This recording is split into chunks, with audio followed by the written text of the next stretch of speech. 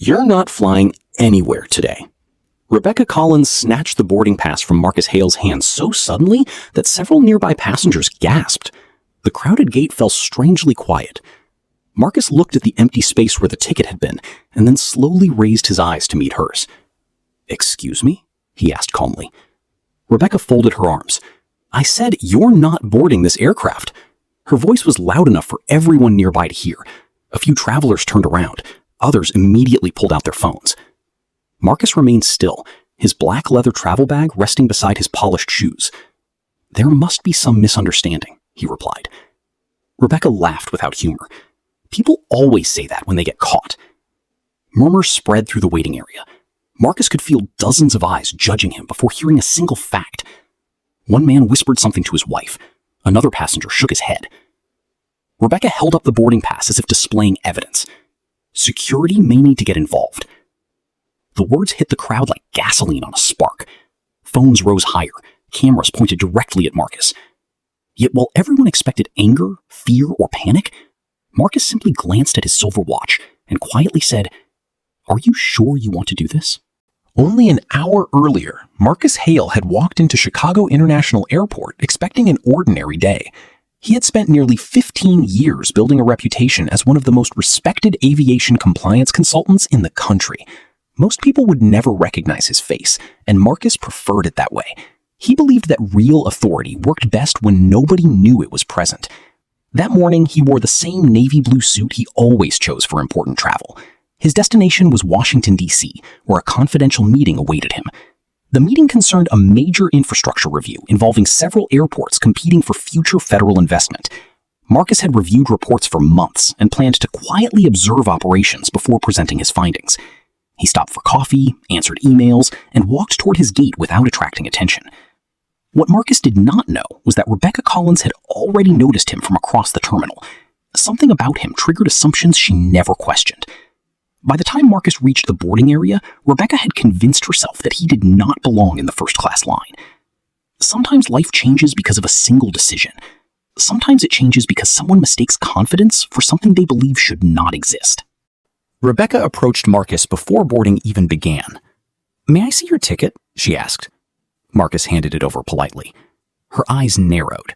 She scanned it once, then twice. "Where did you get this?" she asked. Marcus blinked. "Through the airline." A few nearby passengers laughed quietly. Rebecca did not.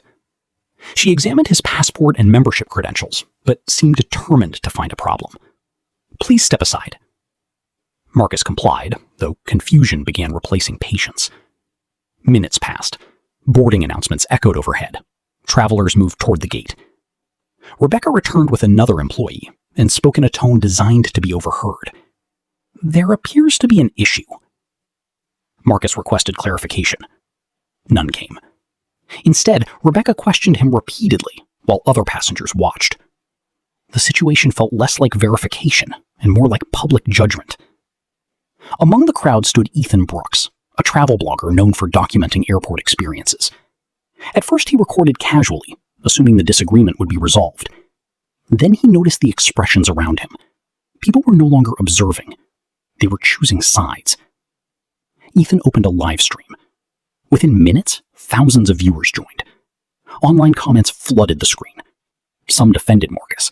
Others accused him without evidence. As the internet rushed to form opinions, Marcus stood alone, in the center of a story that was growing larger by the second. Boarding began. Passengers entered the aircraft one row at a time. Marcus remained blocked from approaching the gate. Rebecca's confidence increased with every passing minute. "You need to cooperate," she said. Marcus frowned slightly. "I have cooperated." Her jaw tightened. Around them, people watched like spectators at an event. Ethan's live stream continued attracting viewers. 20,000, 50,000, 100,000. Comments flashed so quickly, they became unreadable. Then Rebecca made a mistake.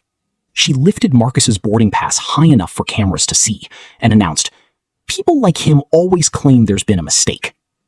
The words hung in the air. Some passengers exchanged uncomfortable glances. Others nodded as though the statement made sense. Marcus felt the familiar sting of being judged before being known. Years earlier, he might have argued. He might have demanded respect. Experience had taught him something different. The louder prejudice becomes, the more clearly it exposes itself. Marcus reached into his pocket and sent a short message from his phone. No explanation, no warning. Just a few words. Rebecca noticed the action and smirked. She assumed he was calling for help. She had no idea that the message would soon reach people far beyond the airport terminal. 10 minutes remained before the gate closed. That was when airport security arrived. 3 officers approached with professional but unmistakably serious expressions. The atmosphere changed immediately. What had looked like an argument now appeared to be an official incident. Rebecca welcomed their arrival. "This passenger is refusing instructions," she declared. Marcus stared at her. "That is not true." One officer asked for identification. Marcus handed it over calmly. Another reviewed documents. Everything appeared valid. Yet uncertainty had already infected the situation. Nobody wanted to contradict a supervisor in front of a crowd. Ethan's live stream exploded.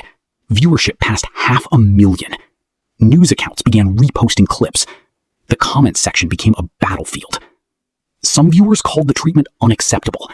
Others insisted the airport must know something the public did not. Marcus remained remarkably composed despite the pressure building around him. Then, a new figure entered the scene. Derek Vaughn, Regional Director of Airport Operations.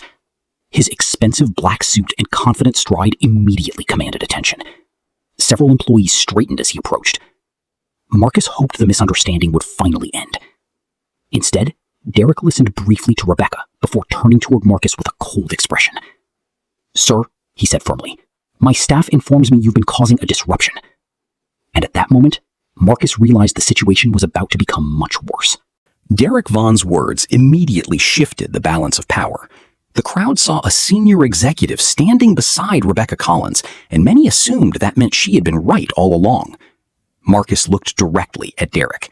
"I've caused no disruption," he said. "I've simply asked to board the flight listed on my ticket." Derek barely glanced at the documents. "Our employees are trained to identify suspicious situations." The statement earned approving nods from several bystanders. Rebecca's confidence returned instantly. She stood taller, convinced victory was close. Around them, security officers remained uncertain, but nobody wanted to challenge leadership publicly. Ethan's live stream continued spreading across social media platforms. Nearly 700,000 viewers were now watching. The comments became increasingly divided. Some demanded accountability. Others mocked Marcus and insisted he was receiving exactly what he deserved. Marcus could feel the pressure closing in from every direction, yet he refused to raise his voice. He checked his watch again. 8 minutes until the gate closed. Derek interpreted the gesture as nervousness. "If you cooperate now," he said, "this can end quietly." Marcus nodded slowly. "You're right," he replied. "This will end soon." Something about his tone caused Ethan to pause. It sounded less like surrender and more like certainty. 6 minutes remained before departure. Airport legal representatives arrived carrying tablets and folders. The situation had escalated far beyond a routine boarding dispute. Instead of investigating, the legal team immediately focused on limiting liability. One attorney quietly advised Derek to remove Marcus from the area before the livestream caused additional problems. Derek agreed. Rebecca looked almost triumphant. Security officers stepped closer. The crowd sensed a climax approaching and pushed nearer. Ethan's livestream crossed 1 million viewers. National bloggers began discussing the incident. News organizations requested permission to use portions of the footage. Yet, despite the growing attention, nobody seemed interested in asking a simple question. What evidence actually existed against Marcus Hale? The answer was none. Still, assumptions had become stronger than facts. Marcus looked around at the faces surrounding him. Some appeared hostile. Others appeared uncomfortable. A few looked embarrassed for remaining silent. Then Derek took another step forward. "Sir, this is your final warning." Marcus folded his hands calmly. "Warning for what?" Derek's expression hardened. "For refusing instructions from airport personnel." Marcus inhaled slowly. The entire terminal seemed to hold its breath. "Interesting," he said quietly, "because I followed every instruction given to me today." The silence that followed felt heavier than any argument. 5 minutes remained. The boarding gate was nearly empty now. Most passengers had already entered the aircraft. Marcus stood alone under the bright terminal lights while cameras recorded every second. Rebecca sensed the moment slipping away and decided to push harder. "Do you understand who runs this airport?" she asked sharply. The question echoed across the waiting area. Several people smirked. Others looked away. Marcus met her gaze without hesitation. "The more important question," he answered, "is whether you understand who regulates it." Confusion spread instantly. Rebecca frowned. Derek frowned. Even the security officers exchanged puzzled looks. Nobody understood what Marcus meant. Ethan noticed the reaction and zoomed his camera closer. Online viewers flooded the chat with theories. Was Marcus a lawyer? A politician? A celebrity? Rebecca dismissed the comment entirely. "Enough games," she snapped. Derek agreed. He instructed security to escort Marcus away from the gate. The officers hesitated. Something about Marcus's confidence no longer matched the image of a desperate passenger. Yet, orders were orders. As one officer stepped forward, Marcus reached into his pocket and picked up his phone. The terminal grew quiet again. He placed a call and waited only a second before someone answered. Then he spoke a single sentence. "Please activate Protocol 7. He ended the call and returned the phone to his pocket. Nothing else. For several moments, nothing happened. Rebecca laughed softly. Derek shook his head. The crowd seemed disappointed. Whatever dramatic rescue people expected had failed to appear. Security prepared to escort Marcus away. Then movement outside the terminal windows caught someone's attention. A traveler near the glass pointed toward the entrance road. Heads turned. 3 black SUVs rolled toward the airport with unusual speed and precision. They stopped near the terminal doors. The atmosphere changed immediately. Rebecca's smile vanished. Men and women in dark professional attire stepped from the vehicles and entered the building with purpose. Security officers recognized federal credentials before anyone else did. Their posture changed instantly. Conversations died mid-sentence. Ethan turned his camera toward the approaching group. His live stream exploded. Millions of viewers watched as the officials walked directly through the terminal. They did not hesitate. They did not stop. They moved with the confidence of people who already knew exactly where they were going. Derek felt a sudden knot form in his stomach. Rebecca looked from the officials to Marcus and back again. The group finally arrived at the gate area. The lead official, a distinguished woman wearing a navy blazer, stepped forward. She ignored everyone else and extended her hand. "Mr. Hale," she said respectfully, "thank you for waiting." The color drained from Rebecca's face. The terminal fell completely silent. Marcus shook the woman's hand. "Commissioner Bennett," he replied calmly. The title alone sent shockwaves through everyone present. Federal Aviation Compliance Commissioner Sophia Bennett was one of the most influential regulatory officials in the country. Derek recognized her instantly. His confidence evaporated. Rebecca looked as though she might collapse. Commissioner Bennett turned toward the assembled employees. "Can someone explain why Mr. Marcus Hale has been prevented from boarding his scheduled flight?" Nobody answered. The question hung in the air like a spotlight. Finally, Derek attempted to regain control.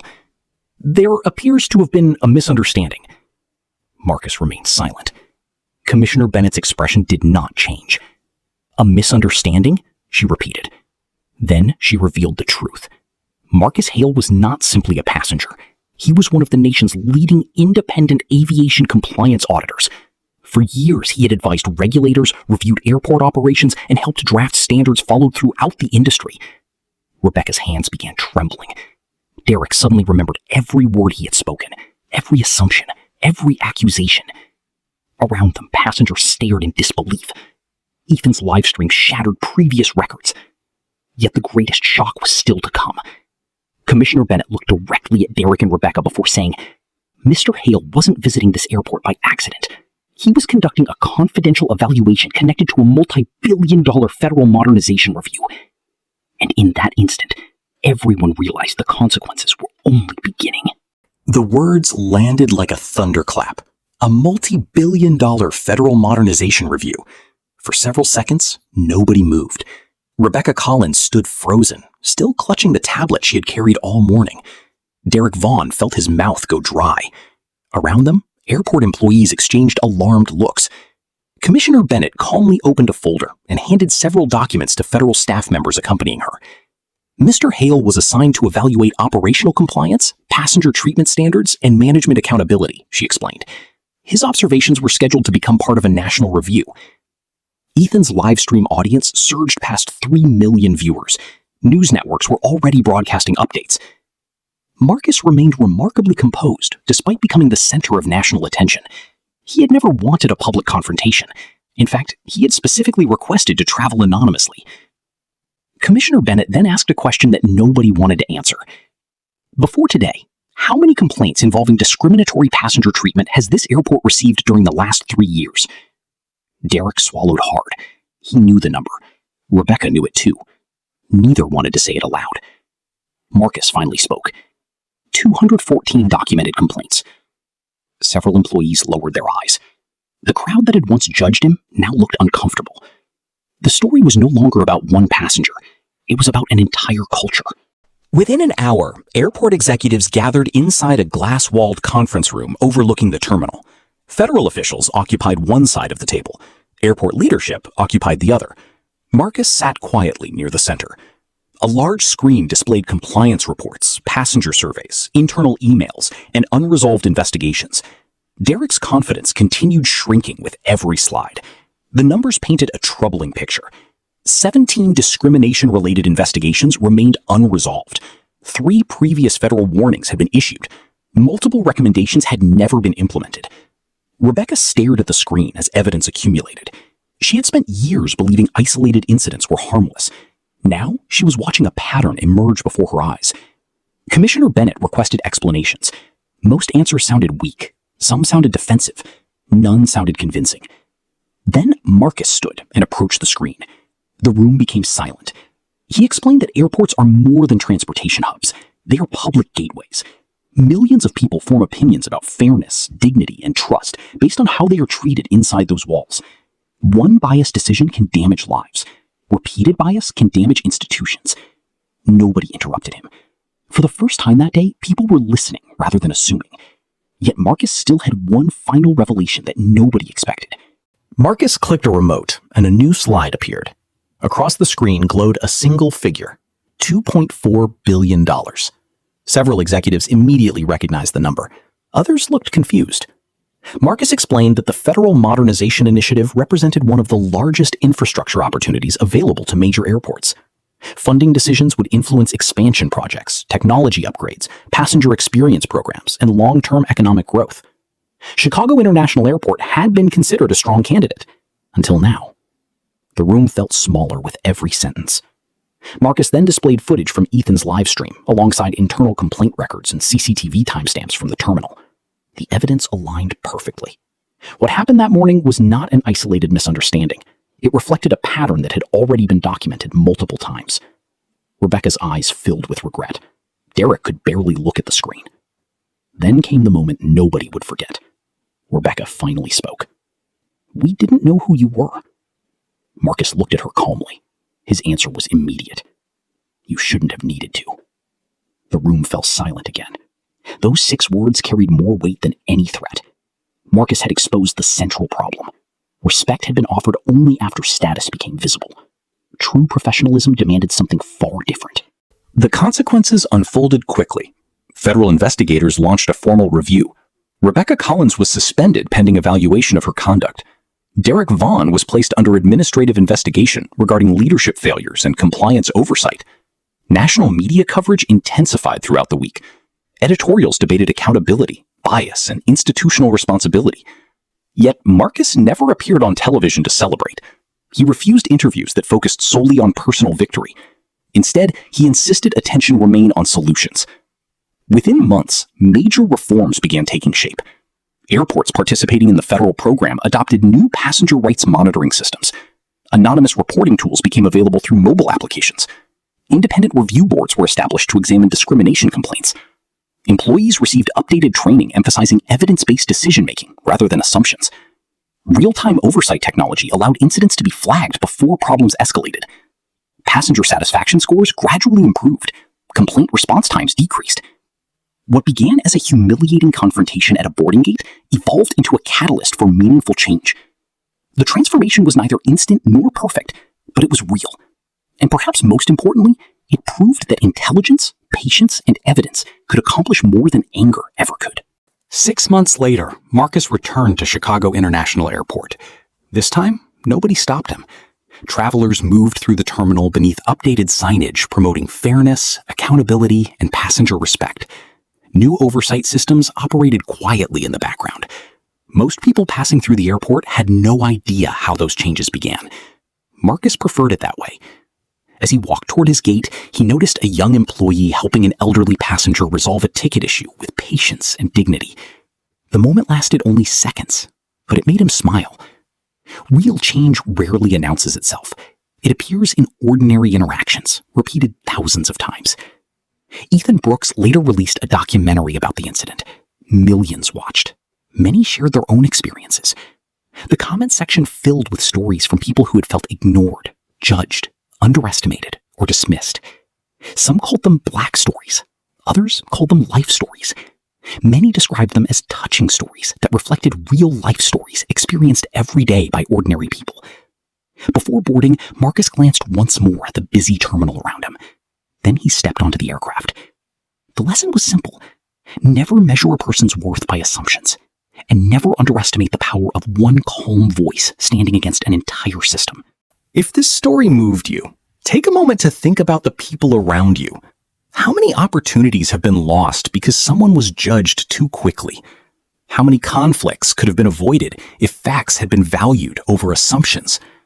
Stories like Marcus Hale's resonate because they reflect experiences that countless people quietly endure every day. Some are black stories, some are life stories. Many become touching stories only after someone finds the courage to speak up. And the most powerful real-life stories often begin when a person refuses to surrender their dignity. Marcus did not win because he was connected. He did not win because he was wealthy. He won because he remained calm, documented the truth, and trusted that accountability still mattered. If you've ever witnessed injustice, discrimination, or someone being treated unfairly, share your experience in the comments below. Your voice may help others feel less alone. If you enjoyed this story, don't forget to like, share, and subscribe for more powerful stories of resilience, courage, and unexpected justice. Thank you for watching, and we'll see you in the next story.